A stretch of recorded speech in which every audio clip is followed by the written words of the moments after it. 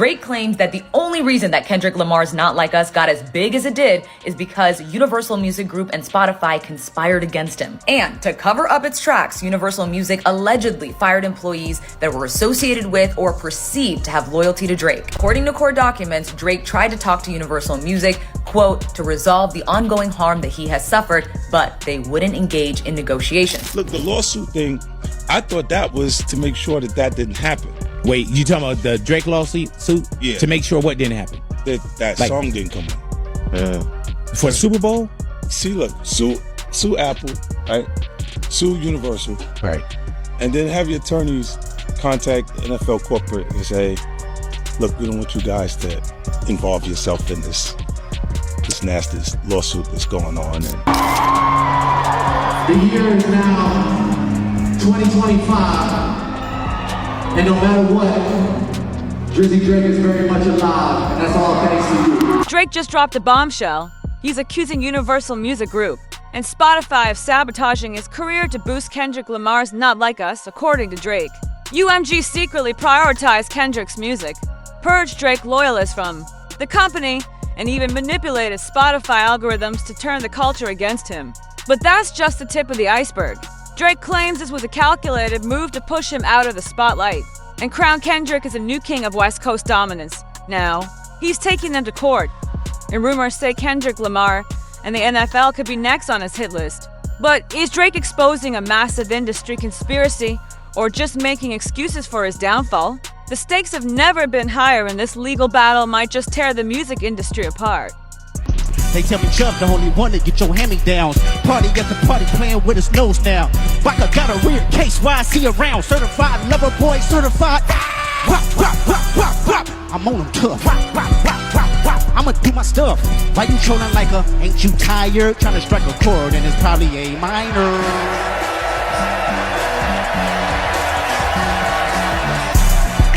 They not like us. No. They not like us. No. They not like us. What?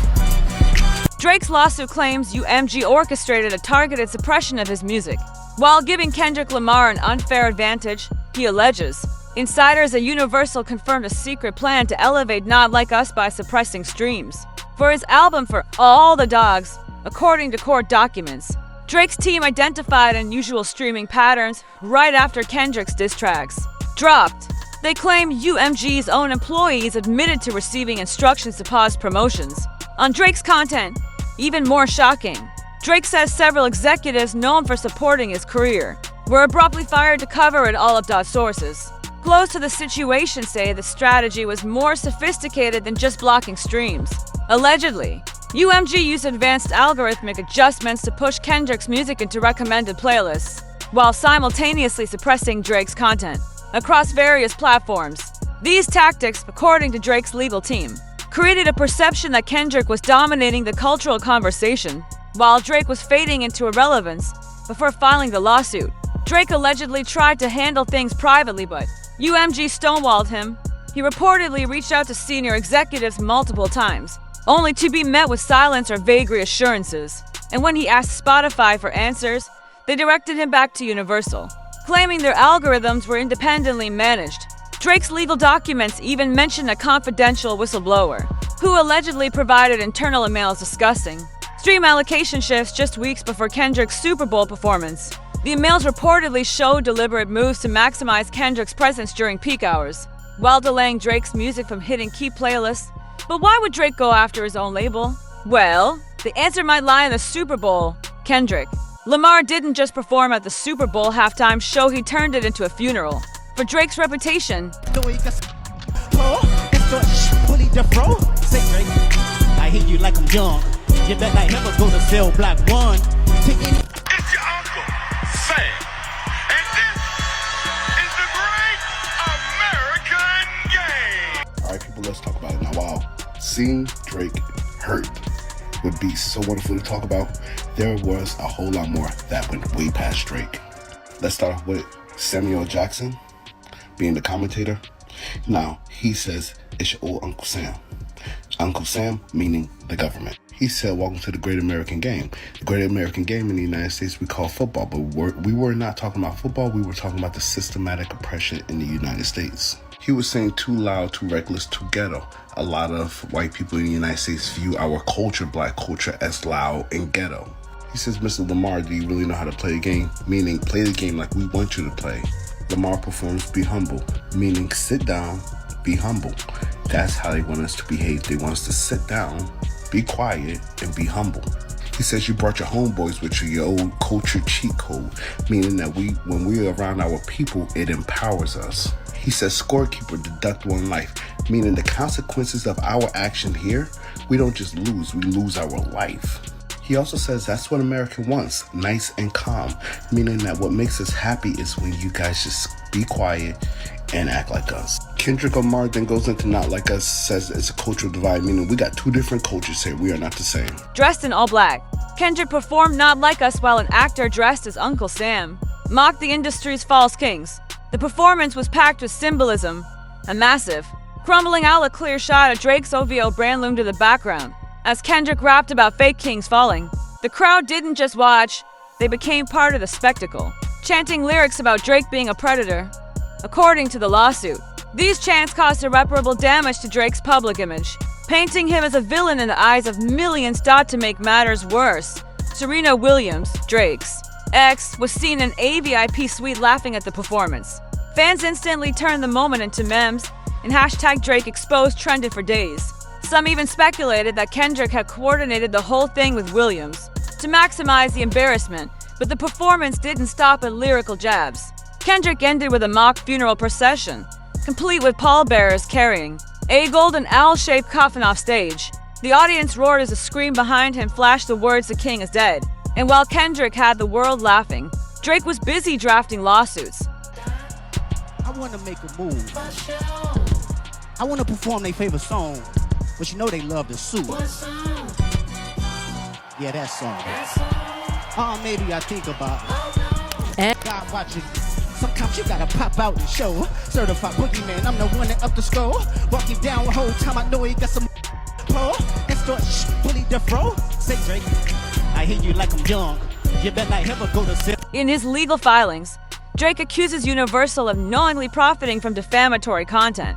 He claims UMG promoted Kendrick's diss tracks while blocking playlist placements for his music. He describes meetings where executives allegedly discussed suppressing his content and boosting Kendrick's to maximize engagement during the feud.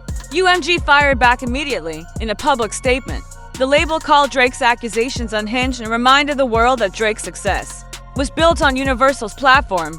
They argued that all promotional decisions were based on audience data, not personal bias. Additionally, the label hinted at counter-legal action, citing defamation and breach of contract. Some insiders claim UMG has already consulted legal experts to evaluate potential damage claims against Drake. But Drake isn't stopping there. He might drag Kendrick and even the NFL into court next. Multiple sources say Drake's legal team is seriously considering adding Kendrick Lamar and the NFL to the lawsuit, expanding their accusations beyond UMG. They argue the NFL provided Kendrick with a massive, globally broadcasted platform to amplify defamatory lyrics that damaged Drake's reputation. According to insiders, the legal team believes the Super Bowl halftime performance wasn't just entertainment, but a calculated public smear. They point to behind-the-scenes discussions that allegedly show league officials were aware of the performance's controversial nature beforehand. Additionally, they claim the lyrics, along with the imagery Kendrick used, caused irreparable harm by perpetuating damaging narratives. Legal experts remain skeptical, noting that artistic performances enjoy strong First Amendment protections, but Drake's team counters that the NFL acted with reckless complicity, prioritizing shock value over fairness. But is this really about defamation or about Drake's ego? Industry insiders say Drake's lawsuit is less about legal justice and more about salvaging his pride. For all the dogs flock compared to Kendrick's recent releases, and Drake's diss tracks failed to land with fans. Even former supporters called his responses lazy and outdated. But insiders say the damage goes deeper. Drake's lawsuit outlines not just financial losses, but the collapse of his public persona. The rapper who once controlled the charts now finds himself on the defensive, scrambling to reclaim relevance in a culture that seemingly moved on. Analysts note the lawsuit's language is unusually personal, describing Drake's emotional distress and his belief that he's been turned into a cultural pariah. The lawsuit, some believe, is just Drake's attempt to control the narrative after losing the cultural war. By shifting blame to UMG and the NFL, he's trying to rewrite the story of his downfall. But there's one angle Drake could have used to fight back, and didn't. Drake could have pointed out Kendrick's collaborations with controversial figures, some of which sparked outrage within the industry. Instead, he stayed silent, likely because of his own questionable associations that fans haven't forgotten. From past feuds to rumored connections with divisive figures, Drake had ample ammunition to challenge Kendrick's narrative.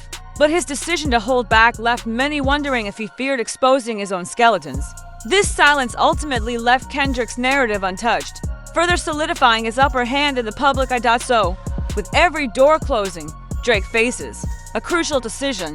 Drake's legal war could drag on for years, but the cultural verdict is already in. Kendrick won and the ripple effects are undeniable. Unless Drake changes strategy, he'll be remembered as a man who tried to sue his way out of a rap beef and lost both the charts and the culture in the process.